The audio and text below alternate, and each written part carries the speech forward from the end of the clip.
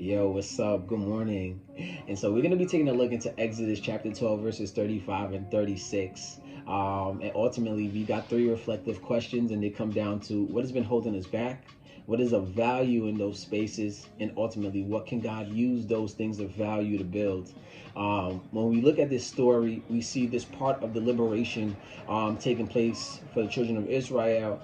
And pretty much they were given instruction that they were going to be asking their neighbors, and they were going to be pretty much giving them objects of silver, gold, and garments. And it's all going to come down to the fact that God said, I'm going to give you favor in their eyes. It's not because of what you do, but because of the favor that I give you.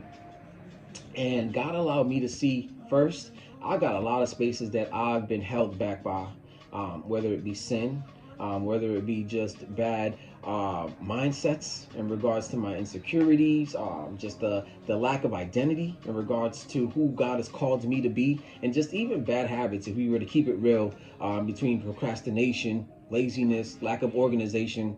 The list will go on and on. But God allowed me to see that He's got favor for me to receive valuable things that's been held back in those spaces. I've got creativity, innovation, a way in which I apply myself. That God is like, look, don't let that be held back by procrastination. Apply yourself, but don't wait till the last minute.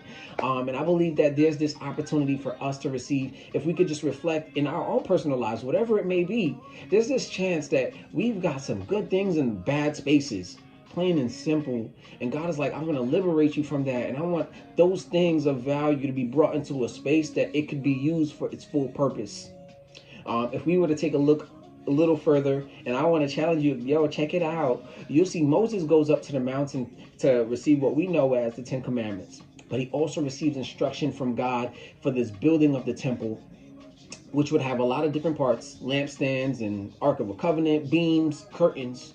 And I believe that we could see there's this opportunity for what they took from that land to be used to serve God. But before that, the people, while Moses is up on the mountain, they decide that they wanted to create this golden calf, something to worship.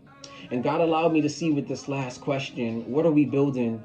There's this opportunity with what God has given us for us to create either something that we worship, or we create a space, or we acknowledge the space that God is going to be worshiped in. Are we going to use the creativity, the innovation, the application of ourselves, the plans? Is it going to be a space where God can dwell in and Him be worshipped? Or is it going to be a space where we're going to try to worship ourselves? We're going to use platforms for ourselves and for this world. And ultimately, let's just hold on to that. Look, what is holding us back? What is of value in those spaces? And ultimately, what are we building?